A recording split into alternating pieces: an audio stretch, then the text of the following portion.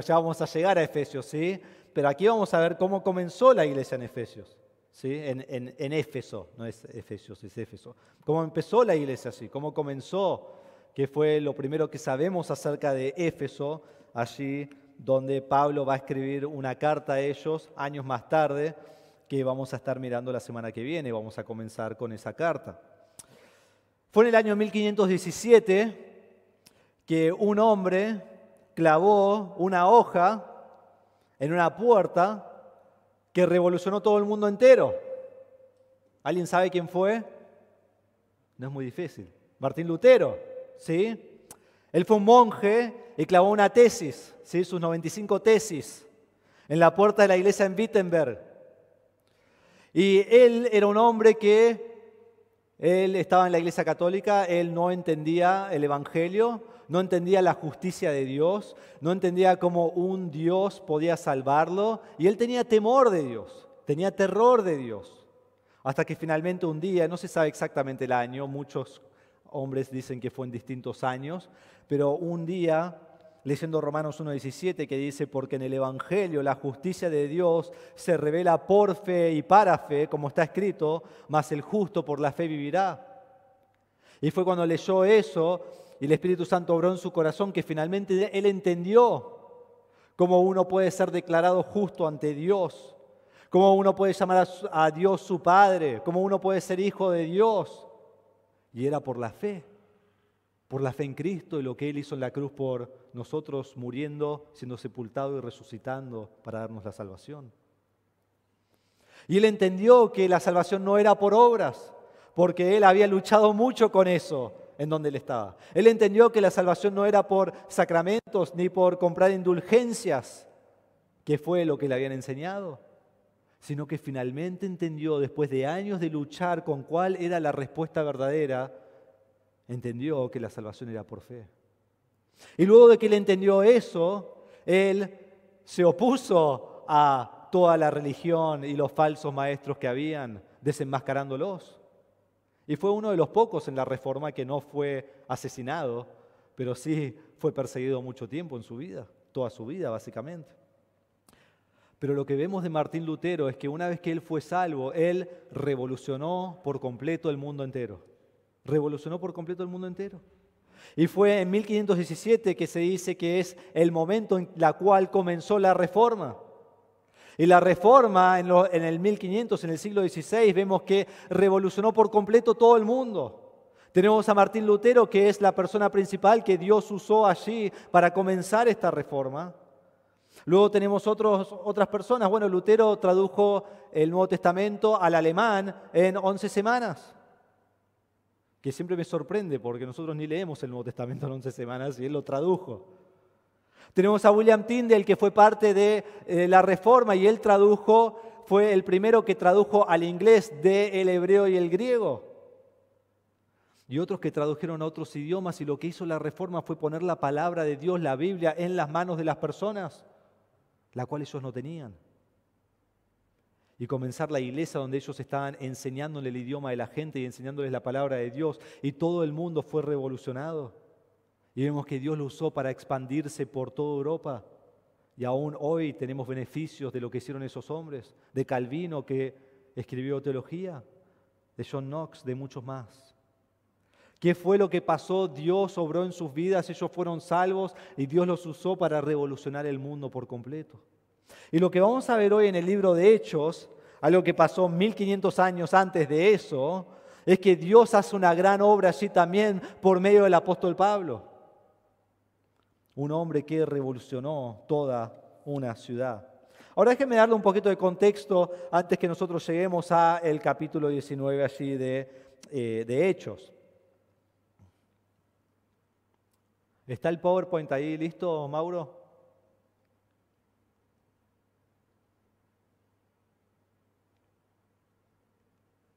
Ahí está. ¿Ese es el primero? Sí. Bien. Pablo hizo 3 viajes misioneros en su vida. ¿Sí? El primer viaje misionero que vemos de Pablo fue con su compañero Bernabé, ¿se acuerdan? En Hechos capítulo 13 creo que fue que ellos salieron, y hasta el capítulo 15. Y Eso fue en los años 46 a 48 después de Cristo. ¿A dónde viajaron ellos? Aquí tenemos de dónde salieron y el viaje que hicieron. ¿Sí? Fueron a la región, si sigo un poco, a la región de Galacia, ¿sí? Un poco de Cilicia y después Panfilia, y volvieron a Antioquía, que era su iglesia enviadora, era de donde ellos salieron, eran la iglesia que los envió a salir a predicar. Ese fue el primer viaje de misionero que hizo Pablo, ¿sí? A la región que se llama más bien la región de Galacia, ¿sí? Y otros lugares allí alrededor, que no era tan lejos de donde estaban, después de que pasaron por la isla aquí. Su segundo viaje misionero, el primero era aquí, en esta zona, ¿sí? Fue acá y aquí, y después en el segundo viaje él va a salir de nuevo, le dice a Bernabé, vamos a visitar los lugares donde estamos, y después se iban extendiendo. Sabemos que no fue con Bernabé por una discusión que ellos tenían acerca de Juan Marcos. Bernabé quería llevar a Juan Marcos, Pablo no. Entonces Bernabé salió con Juan Marcos y Pablo salió con Silas, ¿sí? Que fue su compañero principal en su segundo viaje misionero. Ellos salieron y fueron confirmando en todas las iglesias de Galacia que habían estado y luego siguieron hacia el norte. Este es el tercero, pero déjame... Bien, siguieron hacia el norte. Estaban en toda la zona de Macedonia y toda la zona de Acaya. Y después pasaron por Éfeso y después fueron a Jerusalén y allí volvieron a Antioquía y termina su segundo viaje misionero. Y vamos a volver a ese viaje en un momento. Su tercer viaje misionero fue bastante parecido. Comenzó en Antioquía y de nuevo fue por la región de Galacia y luego paró en Éfeso. Y allí estuvo por 3 años. Es el lugar donde Pablo más estuvo en uno de sus viajes misioneros, que es lo que vamos a ver hoy. ¿Sí? Eso es Hechos 19. Luego de allí, él va a decir que quiere ir a Jerusalén, pero antes de ir de aquí a Jerusalén, él va a pasar por Macedonia, ¿no? Es como que yo te diga que voy a General Pacheco, pero primero voy a pasar por Polvorines, ¿sí? No le quedaba de paso, ¿está bien? Pero él va a ir de nuevo a Macedonia, de nuevo a Acaya, y después de allí va a volver, y va a volver hasta aquí. Y vamos a ver por qué en los versículos que están entre las dos narraciones. Se dieron cuenta que hablamos de 2 narraciones allí, una de los judíos que están en contra de él, otra de los gentiles, y en el medio planes de Pablo a dónde va a viajar. Y ahí vamos a ver esto que él dice que va a ir al norte. Luego de su tercer viaje misionero, y ahí tenemos las regiones, ¿no? Va a ir a Macedonia y a Acaya y después vuelve por Asia. Y recordemos esto de Asia, ¿sí? Todo esto es Asia, porque va a ser importante saber dónde queda Asia, y Asia es una parte de lo que es toda Asia Menor, que hoy todo esto es Turquía, ¿sí? Pero Éfeso está aquí, ese rojito chiquito, y todo esto es Asia, y es importante que nosotros entendamos eso. Y después está... Iba a decir cuarto viaje misionero, no es un viaje misionero, pero cuando él va como prisionero a Roma. Él quiere llegar a Roma, él llega finalmente a Roma, quizás no de la forma que él esperaba, pero llegó allí, predicó el Evangelio también, y aquí está prisionero en Jerusalén y lo llevan, y finalmente llega a Roma, que es lo que vemos al final del libro, y es de donde él va a escribir el libro de Efesios, que vamos a mirar comenzando la semana que viene. Pero su primer viaje misionero, que fue en su primer viaje misionero, él comienza, no voy a hablar de dónde comienza, pero voy a empezar aquí donde es la ciudad de Corinto, ¿sí? Que fue el lugar que fue antes de Éfeso. En Corinto, él llega a Corinto allí en capítulo 18 de Hechos. Y lo pueden leer ahí, no vamos a meternos en ese pasaje, pero pueden ir a sus casas y leerlo. Cuando él llega a Corinto, él está solo, porque dejó en Berea dejó a Timoteo, a Silas, a Lucas, y él se fue solo a Atenas, y luego de Atenas él llega a Corinto en capítulo 18, en su segundo viaje misionero.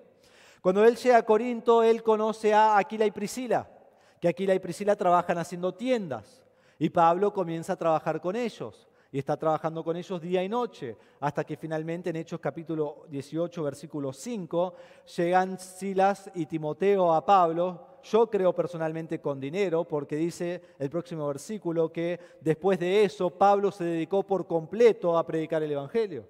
Entonces ya no estaba trabajando, sino que ahora estaba predicando la palabra de Dios día y noche, que era lo que él quería hacer. Entonces asumo que trajeron dinero para que él viva de eso y pueda estar predicando la palabra de Dios. Luego de que él está en Corinto, que estuvo allí por 1 año y medio, en capítulo 18, versículo 18, Pablo toma a Aquila y Priscila y se va de Corinto. Se va de Corinto, está empezando a volver a Jerusalén y pasa por Éfeso. Y cuando llega a Éfeso, pueden mirar allí conmigo, Hechos capítulo 18, versículo 19, dice, llegaron a Éfeso y dejó allí a Priscila y Aquila. Esta es la primera vez que Pablo va a Éfeso. Pablo nunca ha estado en Éfeso antes. Y dice, y entrando Pablo a la sinagoga, discutía con los judíos. En versículo 20 dice, cuando le rogaron que se quedara más tiempo, no consintió. Entonces Pablo se lleva a Aquila y Priscila, los lleva a Éfeso, los deja en Éfeso y cuando está allí en Éfeso unos días, parece que estuvo, no dice cuánto tiempo, pero aunque sea unos días, él comienza a predicar en la sinagoga, comienza a predicar a los judíos.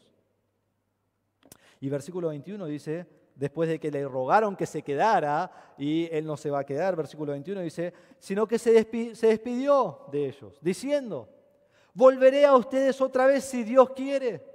Y embarcándose se fue a Éfeso. Y al llegar a Cesarea subió a Jerusalén para saludar a la iglesia y luego descendió a Antioquía. Entonces estuvo en Éfeso y de allí vuelve a Jerusalén. Y después decís, bueno, ¿cómo va a descender a Antioquía si es al norte?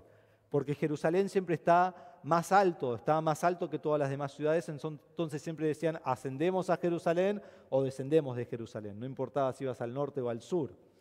Pero allí termina su segundo viaje misionero. Él había ido a Éfeso, él fue por un tiempo muy cortito, predicó el Evangelio, le rogaron que se quedase, no podía, se fue y dijo, si Dios quiere un día voy a volver. Y dejó a Aquila y Priscila allí. Todo esto fue en su segundo viaje misionero. En Hechos capítulo 18, versículo 23, dice que sale en su tercer viaje misionero. Y comienza recorriendo. Aquí está el tercer viaje misionero y comienza por toda la zona de Galacia, ¿sí? Cilicia, Galacia, y entra a Asia. Y allí está en su segundo viaje misionero. Mientras él comienza su segundo viaje misionero, quizás entre su tercer viaje misionero y quizás entre su segundo y su tercer viaje misionero, encontramos lo que dice en Hechos capítulo 18, versículo 24-28. Y lo que vemos es que Apolos llega a Éfeso, y es la primera vez que Apolos es mencionado. No sabemos quién es él en este punto. Y Apolos llega a Éfeso y Apolos comienza a predicar la palabra de Dios. Pero Apolos solo conoce el mensaje de Juan el Bautista. Y mientras él está comunicando el mensaje de Juan el Bautista, luego Aquila y Priscila lo llevan aparte y le dicen, ¿sabés que Cristo ya vino? Y se ve que él no lo sabía. Y le explican más exactamente el camino del Señor, nos dice. Y entonces sabemos que él cree eso porque luego él comienza a predicar acerca de Cristo. Y después de un tiempo de estar en Éfeso, él se va a Acaya, ¿sí? Él se va a esta zona donde está Corinto. Seguramente así es a donde fue él a Corinto, porque capítulo 19, versículo 1 dice, mientras Apolos estaba en Corinto, ¿sí? Entonces él está un tiempo en Éfeso, él está enseñando, él conoce acerca de Cristo, y luego que Cristo ya vino, y luego él se va a Acaya, que es a Corinto, que es donde está, en Acaya. Bien, estamos todos todavía, sabemos todos los viajes, hemos ido por todo el mundo. ¿Sí? Por si no saben, esto es Turquía hoy y esto es Grecia hoy. ¿Sí? Para que les dé una idea. Quizás no saben ni dónde está Turquía y Grecia, bueno, ahora saben dónde está Turquía y Grecia. Cuando miramos aquí en Hechos 19, que es lo que vamos a ver hoy, vemos que Dios va a hacer una gran obra. Una gran obra. Es absolutamente magnífico lo que Dios va a hacer en Hechos capítulo 19. Y Lucas va a remarcar una y otra vez que esta es la obra de Dios. Pero Dios usó una persona con coraje. Dios usó una persona con, ¿qué es la palabra? Sin temor. Dios usó una persona que amaba al Señor, tenía fervor por el Señor e iba a predicar por la causa de Cristo. Y Pablo predicó a los judíos, y Pablo predicó a los gentiles, y Pablo por la mano de Dios sanó a las distintas personas. Y Pablo, lo que vamos a ver es que él va a dar vuelta a toda la ciudad en Éfeso. Y no solo en Éfeso, sino en toda Asia, que es lo que vemos allí. Porque Dios lo llamó a ministrar y él lo hizo con fervor. Y hermanos, al comenzar el mensaje, quiero decirles que así como Dios obra aquí en Hechos 19, Dios sigue obrando hoy. Pero la pregunta es, ¿Dios puede contar con vos como un instrumento suyo para su obra? El Dios de hechos es el mismo Dios que hoy. Lo que cambia es qué vamos a hacer nosotros como sus hijos. Y espero que al mirar el pasaje estemos aplicándolo continuamente a nosotros y diciendo, mirá Pablo, ¿por qué yo no puedo hacer lo que hizo Pablo? Y decimos, ¿por qué es Pablo? Sí, pero él es alguien que era pecador, que iba al infierno igual que nosotros, que fue salvo por la gracia de Dios. La diferencia entre Pablo y nosotros es que Pablo continuamente tenía fervor por el Señor. Entonces el tema que vamos a ver es que la obra de Dios, vamos a ver la obra de Dios por medio de un hombre con denuedo. La obra de Dios, porque es de Dios la obra, pero ¿por medio de quién la hace? La hace por medio de un hombre con denuedo. En Hechos capítulo 19, versículos 1 al 7, no voy a examinar todos estos versículos, en realidad sería un mensaje totalmente aparte porque hay muchas cosas que se malinterpretan de estos 7 versículos, pero quiero que sepamos lo que está pasando. Él llega allí a Éfeso, encuentra a unos discípulos que son los discípulos de Juan, y ellos no han escuchado acerca de Cristo todavía. Dice, recibieron el Espíritu y él dice, no, ni sabemos qué es eso. Y entonces les enseña acerca de Jesús, ellos creen en Jesús que ya ha venido y son bautizados y el Espíritu Santo viene sobre ellos y comienzan a hablar en lenguas y a profetizar. Rápidamente, ¿qué es lo que esto no significa? Primero, algunos enseñan que uno es salvo y el Espíritu Santo viene más tarde a morar en la vida de uno. Y toman un pasaje como este y 2 o 3 más en el libro de Hechos. Hermanos, no es así. Estos eran santos del Antiguo Testamento y en el momento que ellos creyeron en Cristo, que había llegado, ellos fueron, el Espíritu Santo vino a ellos en ese momento. Y nosotros cuando somos salvos, Efesios 1, cuando lo veamos, vamos a ver que cuando uno es salvo, el Espíritu Santo lo sella en ese momento. El Espíritu Santo viene al corazón de uno cuando es salvo, no más tarde, como que hay que ser un cristiano elite para que llegue el Espíritu Santo. 1 Corintios 12, 13 dice que todos fuimos bautizados en un cuerpo, todos fuimos bautizados por el Espíritu Santo. Entonces, no es que el Espíritu Santo viene más tarde después de recibir al Señor, viene en ese momento. Segundo, el otro error que vemos aquí, que muchos toman por este pasaje, que interpretan, es que cuando uno recibe el Espíritu Santo comienza a hablar en lenguas. Porque miren, ellos recibieron el Espíritu Santo y luego ellos hablaron en lenguas y profetizaron. Entonces, ¿cómo sé yo cuándo recibo el Espíritu Santo? Comienzo a hablar en lenguas. Pero hermanos, ¿se acuerdan la semana pasada? Vimos que 3.000 personas fueron salvos en el día de Pentecostés. ¿Y qué nos dice Lucas? ¿Cuántos hablaron en lenguas cuando fueron salvos? Ninguno. Ninguno. Entonces a veces hablas en lenguas y a veces no. No, lo que vemos en el libro de Hechos es un libro de historia en el cual hay una transición que está ocurriendo entre el antiguo pacto, que vemos en el Antiguo Testamento, y el nuevo pacto que vemos por medio de Cristo, lo que hizo en la cruz por nosotros. Pero en ninguna de las epístolas estamos viendo que están siendo salvos y hablando en lenguas. Sí, fue un tiempo de transición y algo que Dios hizo que estaba ocurriendo en ese tiempo. Hoy ni siquiera hablamos en lenguas, ese don no es para nosotros. Y no profetizamos, tenemos la palabra de Dios. Y hermanos, cuando creemos, el Espíritu Santo viene en ese instante a nuestra vida.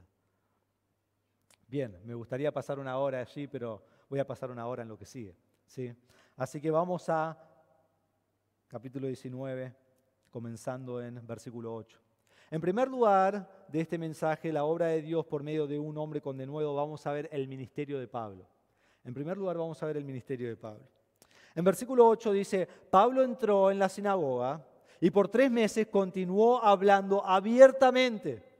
O quizás algunas traducciones dicen con denuedo o denuedamente, ¿sí? Quizás denuedo es una mejor palabra acá, yo creo. Y habló con denuedo, discutiendo y persuadiéndoles acerca del reino de Dios. ¿Qué hizo Pablo? Él llegó y fue a la sinagoga. Ahora, Pablo en su primer viaje había ido a la sinagoga, ¿se acuerdan? Y enseñó allí, como vimos hace un momento, y estuvo muy poco tiempo y le rogaron y le dijeron, por favor, Pablo, quédate, queremos escuchar lo que nos querés decir. No te vayas. Y él dijo, perdón, yo tengo que llegar a Jerusalén para Pentecostés. Entonces, él tenía que llegar allí. Y ahora vuelve. y la puerta ya está abierta. Él llega a Éfeso y dicen, este es el hombre que estábamos esperando. Que entre, que predique, escuchémoslo, lo que enseña, queremos saber. ¿Y qué hizo Pablo? Lo mismo que hace todos los lugares que va. Cuando vos lees el libro de Hechos, Pablo siempre llega a una ciudad y ¿a dónde va? A la sinagoga. ¿Y a quién predica? A los judíos. Y si no hay una sinagoga como en Filipos, fue allí a donde estaba el agua, que estaban las mujeres judías reuniéndose y les predicaba.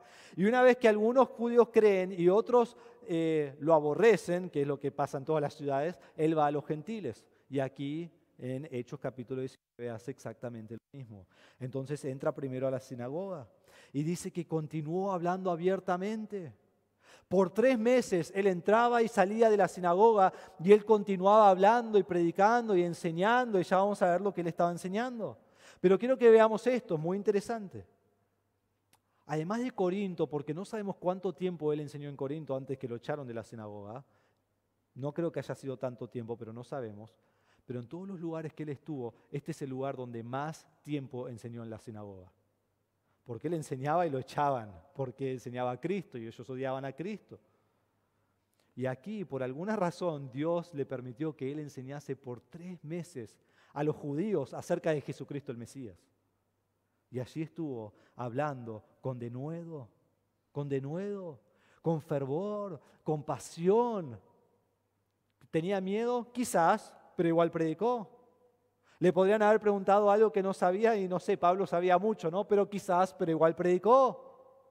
Él no puso ninguna excusa, él dijo, Dios me ha llamado a predicar y yo voy a ir ahí adentro y voy a predicar. Y sé que me van a echar porque me van a aborrecer, pero él lo hizo igual. Con denuedo, él predicó la palabra, porque predicar la palabra era una marca de los apóstoles. Cuando vemos el libro de Hechos, ellos están continuamente predicando con denuedo.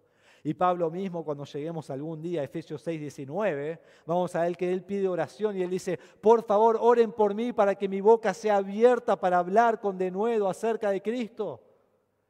Él no solo predicaba eso, pero él necesitaba oración para hacerlo, que muestra que es igual que nosotros. Y muestra que nosotros somos igual que Él, podemos predicar con denuedo si estamos dispuestos a predicar al Señor en donde sea. Entonces, ¿qué hacía? Dice que continuó hablando abiertamente a predicar con denuedo. Dice, ¿cómo lo hacía? Discutiendo y persuadiéndolos. No era que Él solo estaba adelante como estoy haciendo yo enseñando, sino que ellos tenían preguntas. Y había preguntas y respuestas. Y a través de esta discusión que él tenía con ellos, los guiaba hacia lo que él quería que ellos entiendan, que es el camino del Señor. Y al hacer esto, los persuadía. Pablo siempre fue así. Él siempre está persuadiendo a todos. Cuando él está allí en la cárcel, antes de que lo lleven a Roma, en Jerusalén, y está ante Festo, y está ante Félix y distintas personas, él está predicando el evangelio a todos. Y ellos le dicen, mirá, casi me convences. Y él dice, ojalá que fueras convencido de todos los que están acá adentro. Porque él está totalmente con fervor por persuadir a las personas a que conozcan al Señor. Y hermanos, eso debe ser algo que nosotros hacemos. Cuando predicamos no solo, sí, Cristo murió, resucitó, y no sé, ¿te gustaría saber? No, con fervor, persuadiendo.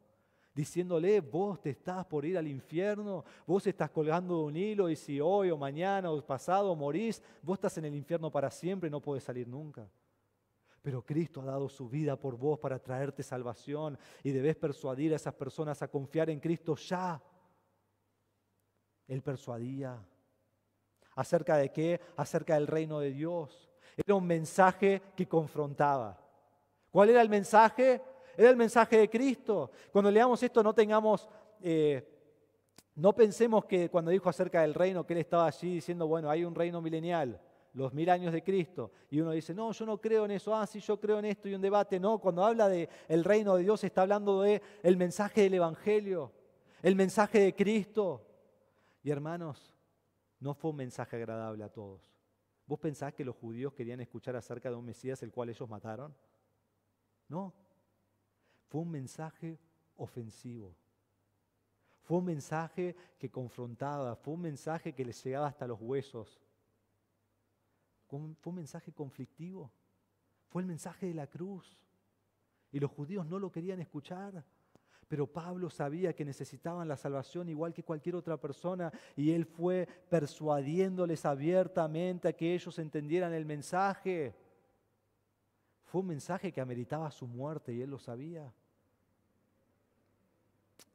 Y él predicó con denuedo, y él predicó con fervor, y él lo hizo por 3 meses, todos los días, enseñando allí. ¿Cuál fue la respuesta a la predicación? Versículo 9. Pero cuando algunos se endurecieron y se volvieron desobedientes, hablando mal del camino ante la multitud, Pablo se apartó de ellos, llevándose a los discípulos y discutía diariamente en la escuela de Tirano. Miren lo que está sucediendo. Él está predicando día tras día tras día, y aquí dice en versículo 9, pero cuando algunos se endurecieron. ¿Saben qué pasa cuando alguien predica la palabra? Van a haber algunos que van a creer, y él dice que se lleva a los discípulos, algunos van a creer y otros se van a endurecer. Porque el evangelio es ofensivo. El evangelio es decirle a alguien, vos no podés confiar en vos mismo para llegar al cielo. Es decirle a alguien, vos tenés que arrepentirte de tu pecado. Es decirle a alguien, vos te tenés que humillar ante la mano poderosa de Dios. Es decirle a alguien, vos tenés que rendir cuentas a Dios por tu vida. El mundo no quiere escuchar eso. El mundo quiere ser su propio Dios. El mundo piensa que va al infierno a festejar el resto de su vida. No, el mensaje del evangelio es ofensivo y estos judíos se estaban endureciendo y estaban enojados. Y hermanos, no fue algo de un día para otro en esta congregación, sino que fue algo que fue un proceso. Iban escuchando un día y otro día y otro día y su corazón se endurecía y se endurecía y se enfurecían y se enojaban hasta el punto que estaban como, salí de acá, no quiero escuchar ni una palabra más. Y fueron desobedientes. ¿Por qué? Porque cuando predicamos el Evangelio, y la Biblia dice acerca del Evangelio en Hechos 17:30, el creer es un mandato. Dice, por tanto, habiendo pasado por alto, Dios declara hoy a todos los hombres en todas partes que se arrepientan. No dice si quieren, declara que se arrepientan. Y ellos no se arrepintieron, y por no arrepentirse su consecuencia es vivir en desobediencia, y es lo que estos judíos hicieron. Y entonces cuando ellos se endurecieron y ellos se volvieron desobedientes, miren lo que comenzaron a hacer, hablando mal del camino ante la multitud. Y uno dice, ¿qué es el camino? Bueno, si lees Hechos varias veces te vas a dar cuenta que se usa en Hechos 9, en Hechos 19, en Hechos 24, varias veces, 5, 6, 7 veces se menciona la frase el camino, mayormente por Pablo mismo. Pero el camino fue una designación de los cristianos. Cuando vos hablabas de el camino, sabías que estabas hablando acerca de los cristianos, que eran los pequeños cristos, eran los que seguían al Señor Jesucristo. Y quizás era el camino porque Jesús mismo decía que Él es el camino, y quizás predicaban así, entonces los designaban como el camino. Entonces así dice que hablaban mal acerca del camino. ¿A quién? A la multitud. Entonces aquí tenés a los judíos, seguro los que están en contra, endureciéndose, enojados, y están hablando a todos los demás en la sinagoga, y todos los demás hacia afuera de la sinagoga, y a todos los judíos. Y después cuando veían a Pablo venir, están como, es él, aléjense de él, lo que él predica es mentira, lo que él predica es blasfemia, no lo escuchen. Y están enojados, y están endurecidos, y están hablando a toda la multitud acerca del camino, hablando mal del camino, hablando mal de Cristo, queriendo destruir a Pablo y desacreditar su mensaje que él está predicando. Entonces, dice, Pablo se apartó de ellos llevándose a los discípulos y discutía diariamente en la escuela de Tirano. ¿Qué es lo que hizo Pablo? Pablo ya sabía que su ministerio había terminado en la sinagoga, que Dios había cerrado la puerta en la sinagoga, y él dice, bueno, salgo y me voy a la escuela de Tirano. Y se llevó a sus discípulos y continuó enseñando. Y versículo 10 nos va a decir que hizo esto por 2 años. Ahora sabemos que Pablo estuvo 3 años allí porque en Hechos capítulo 21, capítulo 20, nos va a decir que él estuvo 3 años. Pero no sabemos cómo fue todo el tiempo. Aquí 3 meses aunque sea y luego 2 años con Tirano, en la escuela de Tirano.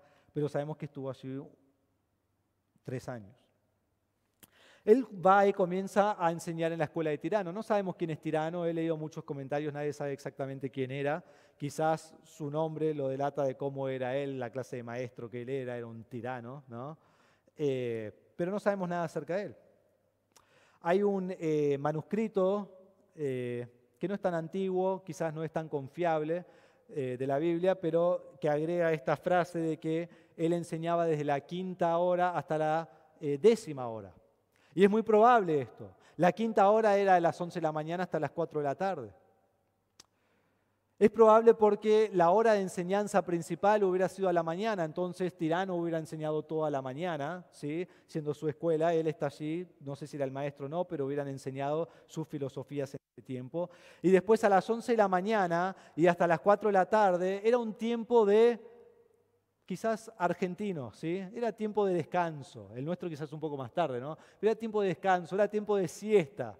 Se dice que en Éfeso más personas están despiertas a la 1 de la mañana que a la 1 de la tarde, porque era un tiempo de mucho calor, era un tiempo que dejaban de trabajar, era un tiempo que iban y descansaban. Entonces, quizás, yo estoy asumiendo esto, pero creo que es una buena asunción pensar en que Pablo trabajó toda la mañana y luego enseñó toda la tarde. ¿Por qué digo eso? En Hechos capítulo 20, versículo 33 dice: cuando él se junta con los ancianos en Mileto, los ancianos de Éfeso, les dice: ni plata ni el oro ni la ropa de nadie he codiciado. Ustedes saben que estas manos me sirvieron para mis propias necesidades y de las que estaban conmigo. Entonces Pablo está allí en Éfeso, está con Priscila y Aquila, ¿se acuerdan que ellos se quedaron allí? Y yo creo que él estaba trabajando toda la mañana, porque él dice que él trabajó para sustentarse a sí mismo, y el momento de trabajo era la mañana, y luego de la mañana él va a enseñar toda la tarde, y después miren capítulo 20, versículo 31, dice: por tanto, estén alerta, recordando que por 3 años, de noche y de día, no cesé de amonestar a cada uno con lágrimas. ¡Qué increíble! Cuando vamos armando todo el rompecabezas, lo que vemos es que Pablo está trabajando toda la mañana, Pablo está toda la tarde enseñando en la escuela de Tirano y Pablo está toda la noche con los hermanos. ¿Cuándo descansaba Pablo? ¿Saben cuál es la respuesta? Cuando murió. Pablo no descansaba. Estaba todo el tiempo ministrando. Y nos dice Hechos capítulo 20, versículo 20, bien saben cómo no rehuí declararles a ustedes nada que fuera útil, y de enseñarles públicamente y de casa en casa, testificando solemnemente tanto a judíos como a griegos del arrepentimiento para con Dios y de la fe en nuestro Señor Jesucristo. Allí está Pablo predicando a todos, predicando de día, predicando de noche, predicando públicamente, predicando en las casas, todo el tiempo.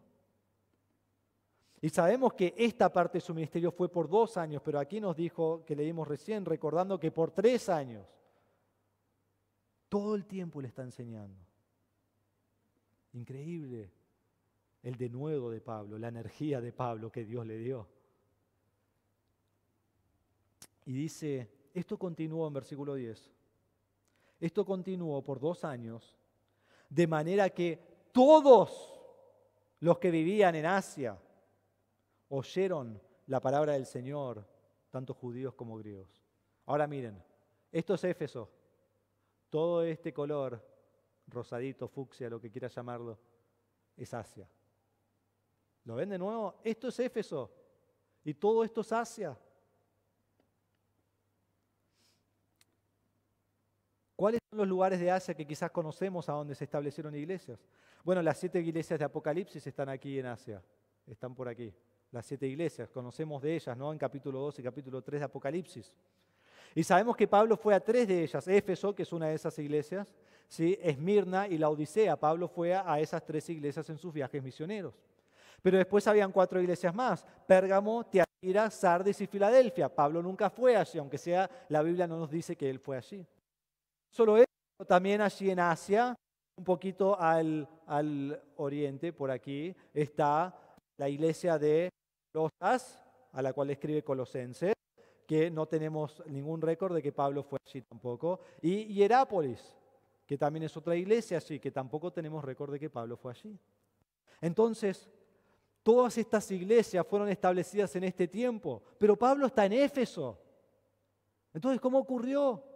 ¿Cómo es que no solo Éfeso, sino toda Asia escuchó la palabra de Dios en estos 3 años? ¿Cómo puede ser? Primero porque Pablo predicó el Evangelio donde él estaba, pero segundo, yo creo que en este tiempo que él está allí en la escuela de Tirano, él está haciendo discípulos. Él está enseñando todos los días, toda la tarde, y él está haciendo discípulos. Y le está enseñando la palabra de Dios. Y luego que le está enseñando discípulos y le está desarrollando otros líderes, Él los empieza a mandar a otros lados. Porque ¿cómo va a llevar el Evangelio? El Evangelio va a llegar por otras personas que están preparadas a predicar el Evangelio. Y Él está preparando personas, mandando personas, y estos hermanos están yendo por toda Asia y están predicando el Evangelio. El pasaje no nos dice todo eso, pero creo que podemos asumir eso. Y el ministerio de Pablo duró 3 años, y en esos 3 años él da vuelta a toda Asia para que todos sepan quién es. Y es más, cuando miramos más adelante, al final de este tercer viaje misionero, y él llega a Jerusalén y él entra a la sinagoga y él sale, dice que hay un alboroto que fue creado por ¿quién? Va a decir, de las personas que viven en Asia. Porque las personas que no creyeron lo odian, y aún estando en Jerusalén, ellos sabían exactamente quién era.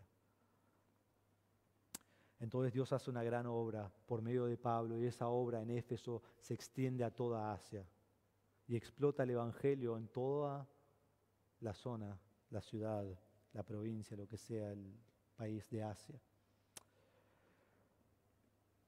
Entonces vamos a versículo 11. Versículo 11 dice así: Dios hacía milagros extraordinarios por mano de Pablo. De tal manera que incluso llevaban pañuelos o delantales de su cuerpo a los enfermos y a los enfermos, y las enfermedades los dejaban y los malos espíritus se iban de ellos. Ahora, no me saqué el saco para que lo toquen y sean sanados, ¿no? No se preocupen. Pero Dios hace milagros extraordinarios, ¿sí? Ahora quiero que veamos lo que Lucas dice aquí y cómo lo dice. ¿Quién hizo los milagros? ¿Qué es la primera palabra de versículo 11? Dios. Dios. Es importante que entendamos eso. Pablo no hizo los milagros, ¿sí? Pablo no tenía el poder de hacer milagros por sí mismo. Dios hizo los milagros. Y Dios hizo el milagro para autentificar el mensaje de Pablo. Pablo está predicando y ellos están diciendo, ¿y cómo sabemos que esto es verdad? Miren todo lo que ocurre. Ahora sabés que es verdad. Como dije antes en otros mensajes, nosotros hoy no hacemos milagros. Dios no nos ha dado ese don, ese poder. ¿Cómo sabés si lo que yo predico es verdad o no? Mirá la Biblia y compará lo que digo con la Biblia. Y así sabés si es verdad o no. Pero como sabían ellos, personas estaban siendo sanadas. Y esta clase de milagros acompañó siempre a los apóstoles. Cuando miramos el libro de Hechos, vemos que constantemente están haciendo señales y milagros. Es más, era una señal de apóstol. 2 Corintios 12:12 dice, entre ustedes operaron las señales de un verdadero apóstol, con toda perseverancia por medio de señales, prodigios y milagros. Era algo que hacían los apóstoles. Hermanos, hoy no hay apóstoles. Entonces dice que Dios hacía milagros extraordinarios. Dios hacía milagros magníficos, milagros excelentes, maravillosos. Dios estaba haciendo milagros sobresalientes. Dios estaba haciendo milagros admirables, fantásticos. Dios estaba haciendo milagros inimaginables, algo que nunca nadie había visto en la ciudad de Éfeso. Fue impactante. Y las personas ven todo lo que está ocurriendo por la mano de Pablo. Miren, versículo 12 dice que incluso llevaban pañuelos o delantales de su cuerpo. ¿Se imaginan? Allí está Pablo trabajando en las tiendas con Aquila y Priscila y ellos van y le recortan el borde de su manto, ¿no? Le sacan algún pañuelito, dicen, mira, sosteneme esto un segundo. O déjame que te toque la mano esto, después me lo llevo. Y a veces perdemos todo lo que está pasando aquí porque vemos el fraude que es los milagros que vemos hoy en día, en la tele y a nuestro alrededor. Pero esto es algo verdadero, esto ocurrió, ¿sí? Y llevaban esto y lo llevaban a todas las personas y ellos lo tocaban y eran sanados. Imagínense si eso fuera una realidad hoy. Porque en el fraude está lleno de gente que lo quiere, pero imagínense que vos vas al hospital y pasás con un manto y todos empiezan a tocarlo y son sanados. Pero vamos a ver a qué lleva esto, porque esto no termina en, bueno, sos sanado. Esto va a llevar a la palabra de Dios creciendo. Y lo que vemos allí en versículo 12 es que lo que va a hacer Lucas es va a separar dos cosas. Primero están los enfermos y luego están los endemoniados. Dice, y las enfermedades los dejaban. Entonces, por un lado tenés los enfermos, y dice, y los malos espíritus se iban de ellos. Entonces, ¿qué tenés? Tenés personas que están enfermas y están siendo sanadas, y tenés personas que están endemoniadas y los espíritus malos, los demonios, están saliendo de ellos. Son las dos cosas que separa, y es importante entenderlo para lo que va a seguir en versículo 13. Entonces, Pablo está haciendo todos estos milagros, y ahora tenemos a... Voy a sacar esto. Ahora tenemos a el intento de los exorcistas, lo llamé. ¿Sí? El intento de los exorcistas. Dice allí en versículo 13. Bueno, perdón, leamos el 13 nomás. Pero también algunos de los judíos exorcistas ambulantes trataron de invocar el nombre del Señor Jesús sobre los que tenían malos espíritus, diciéndoles, ordeno que salgan en el nombre de Jesús, a quien Pablo predica. Ellos vieron este poder, y lo que hacía un exorcista es tratar de sacar ese espíritu en el nombre de un poder más grande. Entonces, ¿qué hicieron? Vieron que el poder de Jesús estaba haciendo grandes milagros. Entonces ellos van e intentan sacar un demonio o demonios de distintas personas en el nombre de Jesús, dice a quien Pablo predica. Y eso es lo que ellos intentan hacer. Porque ven que ese poder está haciendo grandes cosas. Y dicen, nosotros también lo queremos hacer. Debemos saber que Éfeso era un lugar de mucha magia, era un lugar de, yo creo, muchos demonios y muchas cosas que están sucediendo, y ellos quieren tener este poder. Así como el mago, ¿cómo se llamaba el mago? Capítulo 8 creo que es, que él quiere tener en Samaria este poder que predicaba Pedro y Juan y Felipe. Entonces, antes que lleguemos a leer esto, quiero hablar un poquito acerca de expulsión de demonios, ¿sí? Ya que tocamos el tema, quiero aclarar qué nos enseña la Biblia acerca de esto. Primero que nada debemos saber que los demonios son verdaderos, ¿sí? No es una fantasía. Los demonios son verdaderos, los demonios están activos, los demonios trabajan con y para Satanás. Así que no es un mito, están, ¿sí? Y ser poseído por un demonio es algo muy verdadero. Hay personas que son poseídas por un demonio. Eso puede ocurrir. Lo ocurría en la Biblia, ocurre hoy en día. Pero creo que entiendan, por un lado, que un creyente no puede ser poseído por un demonio. Un creyente nunca puede ser poseído por un demonio. Cristo mismo habla cuando le dicen que Él echaba a demonios en el nombre del poder de Belcebú. Él dice, no puede ser, una casa no puede estar dividida en sí misma. No puede haber una casa con demonio y con Dios, ¿sí? O es uno o es otro. Y sabemos que cuando somos salvos, el Espíritu Santo mora en nuestro corazón. Y al morar dentro nuestro y al sellarnos, no puede venir ningún demonio a morar dentro nuestro, porque el Espíritu Santo no se puede perder. Entonces siempre mora dentro nuestro. Entonces un creyente no puede ser poseído por un demonio. No solo eso, pero cuando miramos especialmente los evangelios y hechos, nunca vemos a un creyente del cual se le saca un demonio. Todas las personas del cual se expulsan demonios son incrédulos, ¿sí? Debemos entender eso también, que nos ayuda a entender que un creyente no puede ser poseído por un demonio.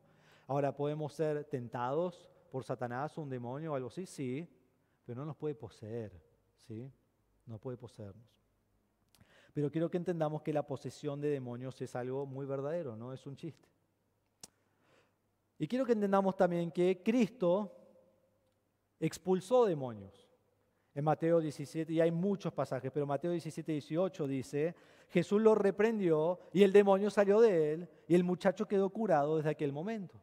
Vemos que Cristo expulsó demonios. Vemos que Cristo tenía poder sobre los demonios. Vemos que Cristo tenía autoridad sobre los demonios. Y digo tenía, el tiempo que estaba aquí en la tierra, todavía tiene todo el poder sobre todas las cosas, pero en su vida física sobre la tierra. Él tenía autoridad sobre los demonios. En Marcos 1:34 dice, y sanó a muchos que estaban enfermos de diversas enfermedades y expulsó muchos demonios y no dejaba hablar a los demonios, porque ellos sabían quién era Él. O sea, tenía autoridad, no solo los expulsó, pero no los dejó hablar. Él tenía gran autoridad sobre los demonios. Y los demonios tenían terror de Jesús y terror de el fin, porque ellos saben el fin, ellos saben cómo va a ser el fin, y ellos saben que Jesús va a ganar en el final, y ellos tienen temor de eso, ellos creen acerca de Cristo. Es más, los demonios tienen mejor teología que muchos de nosotros. No lo creen, pero lo saben. Y Lucas 10:17 dice, en Lucas 4:33, hablando de que tienen terror, dice, y había en la sinagoga un hombre poseído por el espíritu de un demonio inmundo, y gritó a gran voz, déjanos. ¿Qué tienes que ver con nosotros, Jesús de Nazaret? ¿Has venido a destruirnos? Yo sé que tú eres el Santo de Dios. Entonces Jesús lo reprendió diciendo, cállate y sal de él. Y después que el demonio lo derribó, en medio de ellos salió de él sin hacerle ningún daño. Y en Mateo 8:29 dice, gritaron, ¿qué hay entre tú y nosotros, Hijo de Dios? ¿Has venido aquí para atormentarnos antes del tiempo designado para el juicio? Ellos tenían terror de Jesús y Jesús tiene toda la autoridad sobre ellos. No solo Jesús ha tenido autoridad para expulsar demonios, sino que Cristo ha dado poder a algunos de sus seguidores a expulsar demonios. En Lucas 10:17 dice, los 70 regresaron con gozo diciendo, Señor, hasta los demonios se nos sujetan en tu nombre. Así que habían 70 que él había mandado a predicar, ¿se acuerdan? Y a él les dio poder en ese momento para ir y expulsar demonios. En 2 Corintios 12:12 habla de las señales de los apóstoles y dentro de lo que hacía un apóstol era que él podía expulsar demonios y lo vemos todo el tiempo en el libro de Hechos, que ellos tienen ese poder de expulsar demonios. Pero hermanos, quiero que sepan algo.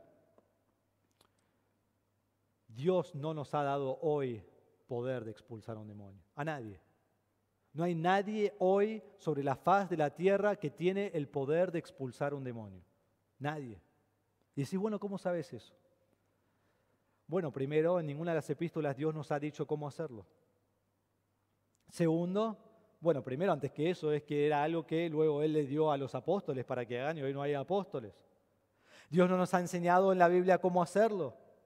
Dios no nos ha dado mandatos de salir y expulsar demonios. Y en ninguna epístola vemos ninguna instrucción sobre esto es lo que deben hacer para expulsar demonios. No lo vemos. Y hermanos, asumir que el creyente tiene la autoridad de comandar un demonio es ficción y es extremadamente peligroso. Extremadamente peligroso. Vos y yo no podemos expulsar un demonio nunca. Y aquí algo que me gustó que dice MacArthur sobre este pasaje en particular, dice, este párrafo ilustra el peligro de cualquiera que asume poder mesiánico o apostólico sobre demonios o Satanás, queriendo expulsarlos de manera sobrenatural. Y ya vamos a ver lo que ocurre aquí. Y cuando yo veo lo que ocurre aquí, digo, el Señor no me mandó a expulsarlos, el Señor no me dio ese poder, yo no lo voy a hacer. ¿Qué hacemos cuando alguien está endemoniado? Podemos predicarle el Evangelio y orar por él. Pero nada más que eso.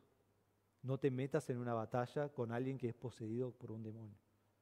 Porque Dios no te dio ese poder para expulsarlo y es muy peligroso. Entonces, volvemos a nuestro pasaje. Versículo 13, ellos invocan en el nombre de Jesús que salga el demonio. Y dicen, les ordeno que salgan, ¿no? Como lo que escuchamos muchas veces hoy, ordeno que el demonio salga. Y ellos no tenían ningún poder para hacer esto.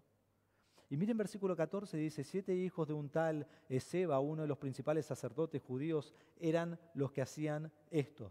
¿Sí? ¿Quiénes eran estos hombres? El hijo de Esceva. ¿Quién es Esceva? No tengo idea. Leí un montón de comentarios, busqué un montón de información, nadie sabe quién es Esceva. Además de lo que dice aquí. No se sabe si Esceva estuvo presente tampoco, porque dice que son los 7 hijos que están allí. Pero ya imagínense, están seguramente en alguna casa y están con este demonio y hay 7 personas y están tratando de expulsar a este demonio. Un demonio, 7 personas. Si se pelean, ¿quién gana? Pensaríamos las 7 personas, ¿no? Y allí están, y versículo 15 dice, y vemos el resultado, pero el espíritu malo les respondió, a Jesús conozco, a Jesús conozco. Y sé quién es Pablo, porque Pablo es un apóstol de Jesús y sabemos quién es él. Pero ustedes, ¿quiénes son? ¿Quiénes son? Y el hombre en quien estaba el espíritu malo se lanzó sobre ellos y los dominó y pudo más que ellos, de manera que huyeron de aquella casa desnudos y heridos. ¿Cuál fue el resultado?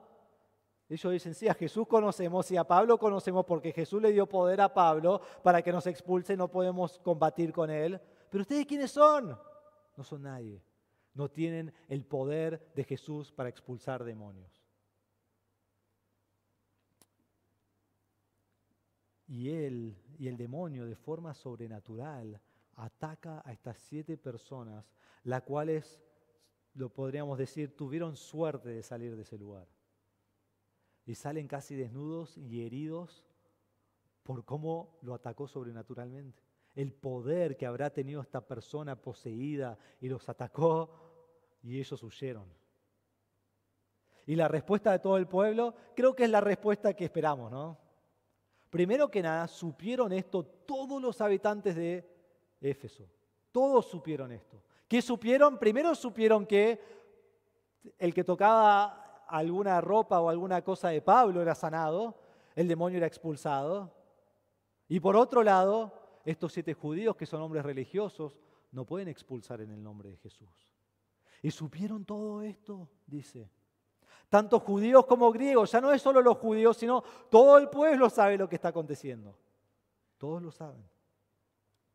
Y el temor se apoderó de todos ellos y el nombre del Señor Jesús era exaltado. Una palabra que quiero recalcar que se dice 2 veces, que es muy importante. Primero, supieron esto, ¿quiénes? Todos.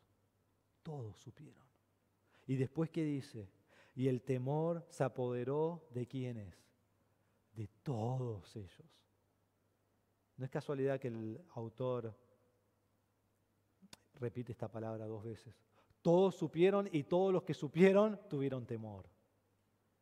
Imagínate que estás allí, la ciudad es chiquita, estás allí, estás en Éfeso, demonios están saliendo de personas y ahora estos 7 van y miren lo que les pasa.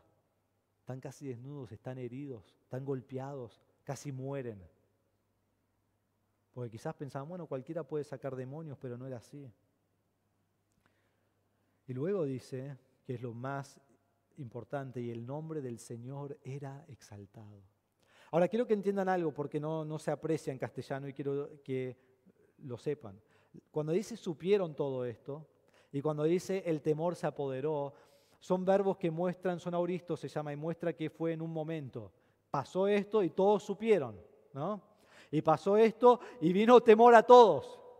Pero después dice, y el nombre del Señor Jesús era exaltado, y la mejor forma de traducirlo es un verbo imperfecto y muestra continuidad, y lo que está mostrando es que y el nombre del Señor Jesús continuamente fue exaltado. No solo en ese momento, sino que pasaron los días, pasaron las semanas y dijeron, pero ¿te acordás lo que pasó? ¿Viste lo que fue? ¿Viste que casi los matan? ¿Y viste que Pablo tiene temor? ¿Y qué predica Pablo? No sé, pero yo quiero escuchar lo que Pablo predica. ¿Qué acerca de Jesús? Bueno, yo quiero creer en Jesús. Y pasaban las semanas y los meses y las personas estaban exaltando el nombre de Cristo.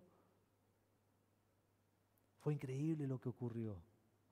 Y dice versículo 18, también muchos de los que habían creído continuaban viniendo, confesando y declarando las cosas que practicaban. Muchos de los que practicaban la magia, juntando sus libros, los quemaban a la vista de todos. Calcularon su precio y hallaron que llegaba a 50.000 monedas de plata. La primera frase allí me costó mucho entender acerca de quién hablaba. Dice también muchos de los que habían creído, ¿sí? Y la pregunta es, y los comentarios están divididos, la pregunta es, ¿son personas que creyeron en ese momento o son personas que ya habían creído y ahora están viniendo y confesando pecados? Y creo que la respuesta está ahí, perdón de nuevo, pero es una respuesta, creo que la gramática nos ayuda a entenderlo.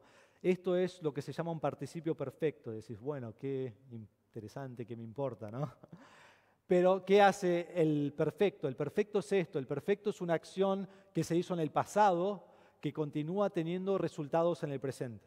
Eso es lo que es un perfecto. Entonces, este participio está mostrando que eran personas que ya habían creído, ¿sí? Ya habían creído antes. Quizás cuando Aquila y Priscila estaban ministrando, no sé. Quizás cuando Pablo recién llegó, no sé. Pero ya habían creído y al ver todo lo que está sucediendo y al ver que el nombre de Jesús es exaltado, y aún por ellos también, y al ver todo lo que Cristo está haciendo en esta ciudad, Ellos dicen, bueno, pará, pero yo no confesé esto. Y yo no confesé aquello. Y yo no traje esto que tenía cerca del templo de Diana. Y yo no traje esto. Y lo voy a traer. Y continuaban viniendo. ¿Y qué es lo que vemos? Por un lado vemos que cuando uno es creyente, cuando uno cree en Cristo, se arrepiente de su pecado y estaba yendo así, ahora es convertido y dice, ahora sigo a Cristo. Y deja de lado las cosas que tiene.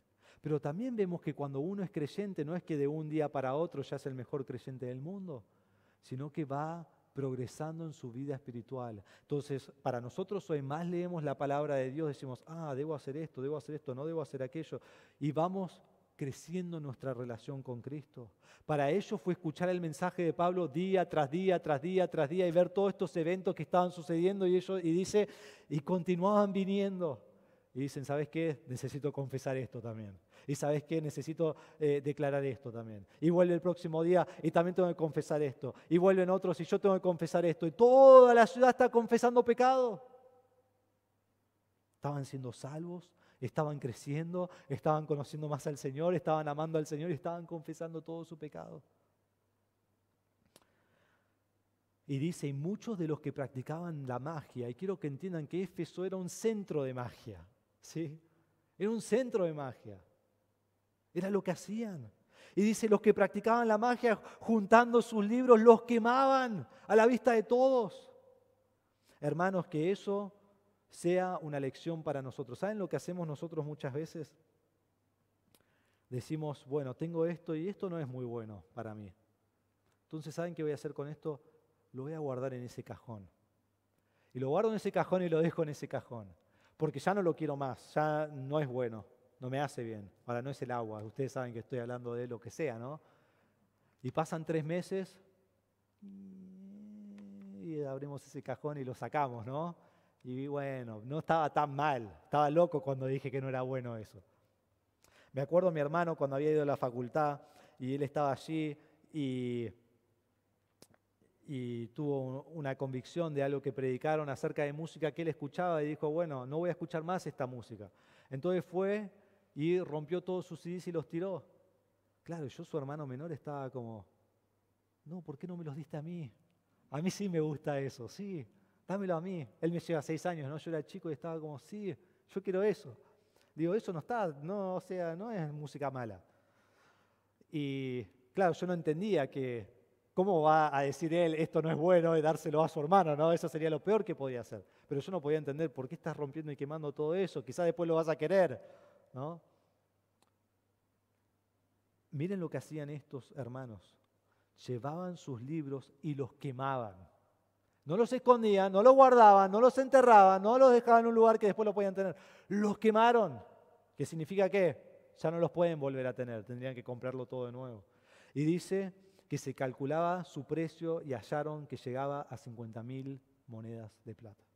¿Cuánto es eso en pesos hoy? No sé. Pero lo que sí sé es que 50.000 monedas de plata valía más o menos 50.000 días de trabajo. ¿Sí?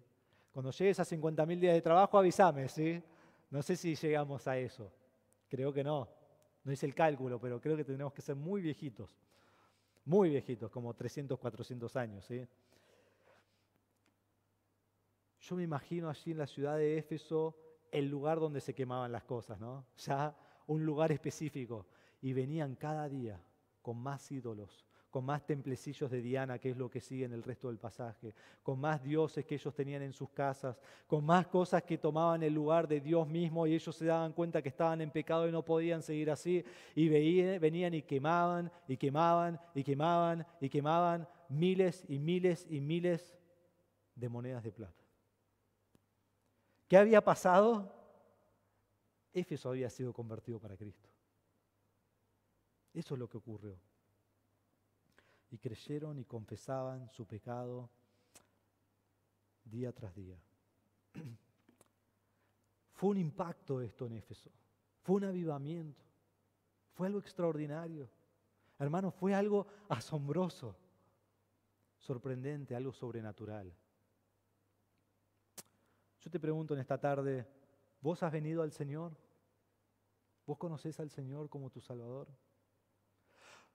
¿Y cómo sabes si lo conociste? Bueno, si creíste en Cristo como tu Salvador personal, pero el fruto de tu vida marca si has conocido a Cristo o no. Porque cuando conoces a Cristo, dejás atrás el pecado y buscas al Señor con todo tu corazón, vos has dejado todo atrás. Vos has, de alguna forma, tomando este pasaje y aplicándolo, quemado todas esas cosas. Te has deshecho de todo eso que es pecado o cosas que quizás no son pecado, pero te llevan a pecado. Cuando crees en Cristo, creer en Cristo incluye arrepentimiento. Hoy muchas veces se predica un evangelio fácil de creer, que es un evangelio falso, que dice, cree en Cristo y viví como quieras.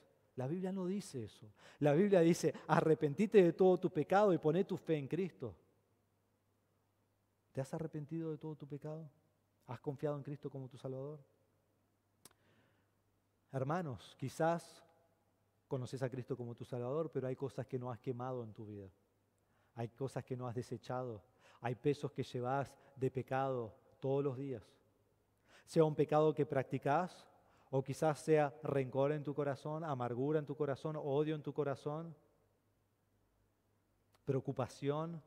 No vivís con gozo, no vivís con paz, no vivís confiando en el Señor, vivís pensando en tus pruebas y tus tribulaciones y no lo pones en las manos del Señor. Vivís cayendo en tentación día tras día y no tenés victoria. Hermano, tenés que quemar esas cosas. Tenés que confiar en el Señor. ¿Qué hay en tu vida que no has dejado? ¿Qué hay en tu vida que quizás no estás dispuesto a dejar? Cuando Cristo salva a una persona, Él transforma totalmente su vida y a medida que vamos creciendo en la palabra de Dios, Dios va transformando nuestra vida. En este verano estaba estudiando un libro con algunos hombres de la iglesia y una de las cosas que leímos fue cuando fue convertido Mateo. Mateo es uno de los apóstoles, que Mateo escribió el libro de Mateo y vemos su historia en Mateo 9 y es muy cortito, pero vemos que él fue un publicano y cuando Jesús camina al lado de él, le dice, seguime. ¿Y saben qué hace Mateo en ese momento? Así, se levanta y lo sigue y deja todo atrás. Deja todo atrás. Él era un recaudador de impuestos. El recaudador de impuestos era la persona más odiado por los judíos, porque era un judío que traicionó a su propio pueblo. Y él dejó todo, y ¿saben qué? En el momento que él se levantó de su mesa y él se fue, lo reemplazaron con otro y él nunca podía volver atrás a lo que él era antes.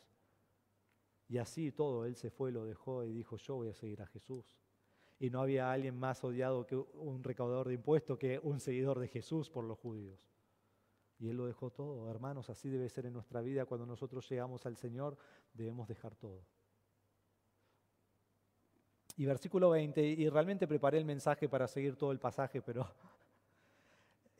nos vamos a ir muy tarde, así que lo vamos a dejar ahí. Vamos a terminar esta introducción al libro de Efesios la semana que viene. Pero quiero mirar versículo 20. Dice, así crecía poderosamente y prevalecía la palabra del Señor.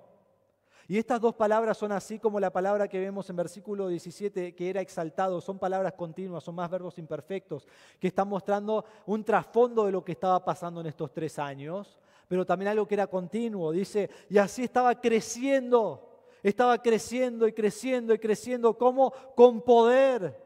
¿Y qué estaba pasando? Estaba prevaleciendo la palabra del Señor. Hermanos, el diablo no podía detener el evangelio. Los magos que hay ahí no pueden detener el evangelio. Nada podía detener el evangelio. Porque la predicación del evangelio, su confirmación con milagros, el nombre de Cristo tan poderoso, el fracaso de los exorcistas, demostró todo eso junto, el poder de Dios, y vidas estaban siendo transformadas. Hermanos, hay gran poder en la palabra de Dios. Aquí dice, y la palabra prevalecía. Así crecía poderosamente y prevalecía la palabra del Señor. Hay gran poder en la palabra de Dios. ¿Crees eso? Es la palabra de Dios que nos muestra nuestra condición de pecado, que nos muestra que estamos muertos sin Cristo, yendo al infierno. Es la palabra de Dios que revela que el Mesías ha venido y Él es el Salvador del mundo y Él nos salva de nuestro pecado. Es la palabra de Dios que nos lleva a confiar en Cristo como Salvador porque podemos entender quién es Él. Y es la palabra de Dios que una vez que somos salvos, nuestra vida se va transformando y vamos creciendo en la palabra. Romanos 12:2 dice que nos va transformando nuestra mente y entonces crecemos. Efesios 2:10 nos dice que fuimos salvos para que andemos en buenas obras que Dios preparó de antemano para que anduviésemos en ellas. Amás la palabra de Dios. Estudiás la palabra de Dios, escudriñás la palabra de Dios. Hay gran poder en la palabra de Dios. Y uno dice, bueno, yo no puedo tener victoria espiritual en mi vida. Bueno, yo sigo cayendo, bueno, yo no puedo tener esta victoria, no puedo confiar en el Señor, no puedo hacer esto y lo otro y lo otro. ¿Y saben qué pasa? No estás en la palabra. Porque si cada día lees y lees y lees y lees y decís, me voy a someter a lo que la palabra de Dios dice, vas a crecer y crecer y crecer y vas a tener victoria en tu vida espiritual. Allí la palabra crecía poderosamente y prevalecía la palabra del Señor. Hermanos, para terminar, y el resto del pasaje lo vemos la semana que viene, pero para terminar, Pablo fue usado para una gran obra, una gran obra. Pero la pregunta es, ¿qué significa esto para mí? Porque si yo me voy de aquí esta noche y me siento en la mesa con mi familia o mis amigos o lo que sea y digo, qué bueno lo que hizo Pablo. Bueno, ahora me voy a dormir. No, ¿qué significa para mí? Porque la palabra de Dios es viva y eficaz hoy. Entonces te pregunto, ¿tenés fervor? ¿Tenés el fervor que Pablo tuvo de predicar el Evangelio? ¿Tenés ese fervor? Dices, pero era Pablo. Sí, y yo soy Marcos y vos sos con el nombre que Dios te dio. Y Dios te puede usar. ¿Tenés ese fervor? Mirá en este pasaje, Dios hizo una obra absolutamente magnífica en Éfeso. Porque un hombre entró a una ciudad que no conocía, con personas que no conocía, y entró en la sinagoga y predicó a judíos que aborrecerían su mensaje, y se endurecieron y querían destruirlo y hablaron mal de él a toda la multitud. Y él lo hizo porque tenía denuedo y quería predicar acerca de Cristo que lo salvó de sus pecados. Y con denuedo predicaba día y noche en la ciudad, y él dio vuelta a Éfeso, él dio vuelta a Asia, y cuando miramos Hechos, él dio vuelta a todo el mundo antiguo para Cristo. No fueron todos salvos, pero todos sabían quién era Pablo y todos sabían quién era Cristo. O creían o lo rechazaban, pero todos sabían quién era. Y hermanos, no había WhatsApp, no había Facebook, no había Instagram, no había lo que quieras. Un hombre que Dios usó, en este caso, para revolucionar Éfeso. Y lo que vamos a ver la semana que viene es increíble porque no solo los judíos, es toda la ciudad lo que era alborota. ¿Vos creés que Dios puede hacer una obra magnífica en el Talar, en General Pacheco? ¿Vos creés que Dios puede revolucionar toda esta ciudad para Cristo? Hermanos, debemos tener una pasión por el pueblo, el barrio en el cual Dios nos ha puesto. Yo me crié en Pacheco acá a unas cuadras, algunos de ustedes también se criaron acá, han estado toda su vida. Debemos tener una pasión por este barrio. Debemos predicar el Evangelio a este barrio. Este barrio debe saber que aquí se predica a Cristo y aunque rechacen a Cristo, debemos predicarles y persuadirles a que conozcan a Cristo como su Salvador. Y Dios mediante Talar, Pacheco van a ser revolucionados para el Señor. Y Dios mediante un día esta iglesia va a estar llena de personas que fueron convertidas por nuestra predicación del Evangelio.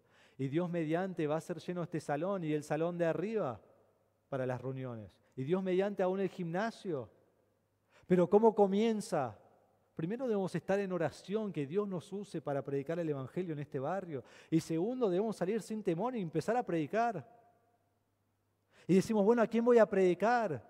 Bueno, ya hemos hablado de esto, a tus vecinos, a tu barrio, a tu verdulero, a tu panadero, a tu carnicero, al que sea, en el trabajo.